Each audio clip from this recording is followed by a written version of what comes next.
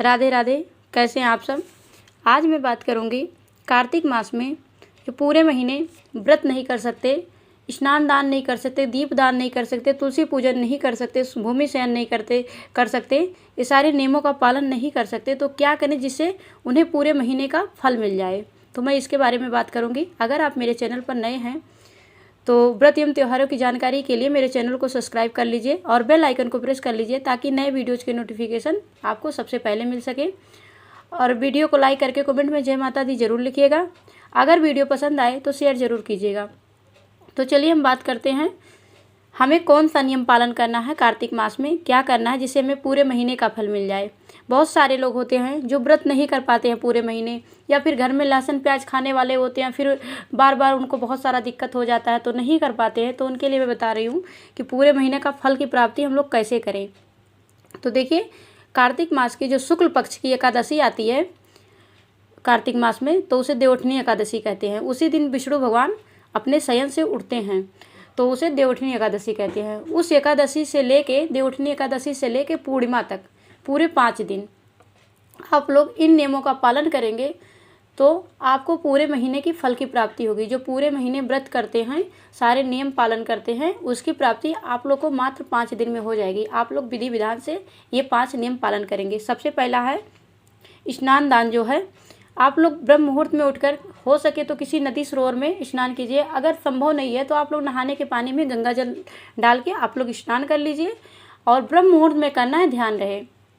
और उसके बाद में जो भी आप लोग दान पुण्य कर पाते हैं आप लोग कर लीजिएगा। तो उस ब्रह्म मुहूर्त में स्नान करना है और दान पुण्य करना है, पहला।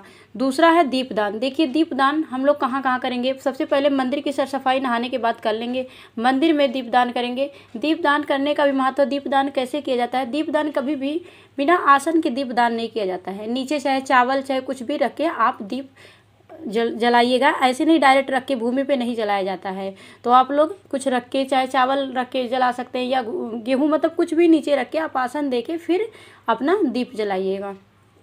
और दीप में भी ऐसे खाली दीप नहीं जलाया जाता, उसमें थोड़ा सा चाहे तो तिल डाल सकते हैं या खीर डाल सकते हैं। तो ये सब डाल के आप दीप जला सकते हैं। तो दीपदान ऐसे किया जाता है। आप लोग घर के मंदिर में दीपदान करेंगे और तुलसी जी के सम्मुख तो करना ही है। तुलसी जी को सबसे पहले जल से सुबह में जल अर्पित करना है, जल से सींचना है। उसके बाद में आपको पूजन करनी है। पूजन करने धूप दीप दिखा के उसके बाद में दीपदान करना है और आपको देवालय में करना है।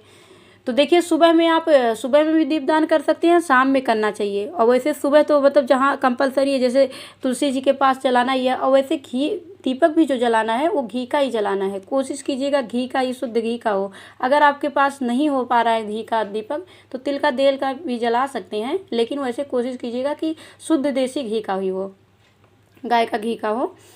तो दीपदान का भी हो गया। अब तुलसी पूजन आप लोग पहले विधि विधान से कर लीजिएगा, उसके बाद में दीपदान कीजिएगा। तुलसी पूजन हो गया, स्नान दान भी हो गया। देखिए, वो 5 दिन आप लोग भूमि पे शयन कीजिएगा, भूमि पे शयन कीजिएगा। और शरीर में पूरे 5 दिन तेल मत लगाइएगा, तेल भी नहीं लगाना होता है। दलहन चीज़ों का प्रयोग नहीं करता होता। दलहन चीज़ें मतलब अरहर, मसूर, मूंग, मतलब किसी प्रकार की दाल नहीं खाया जाता है उसमें। तो 5 दिन पूरे आप लोग दालों का प्रयोग मत कीजिएगा और ब्रह्मचर्य का पालन कीजिएगा। और लहसुन प्याज नहीं खाना है, पूरे 5 दिन लहसुन प्याज भी नहीं खाना है और पूरे 5 दिन ब्रह्मचर्य का पालन करना है।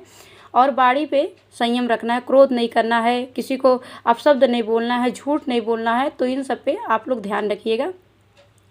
अगर इस तरह से आप लोग 5 दिन केवल कर लेते हैं, देवउठनी एकादशी से लेकर पूर्णिमा तक कर लेते हैं, तो आप लोग को पूरे महीने की फल की प्राप्ति हो जाएगी।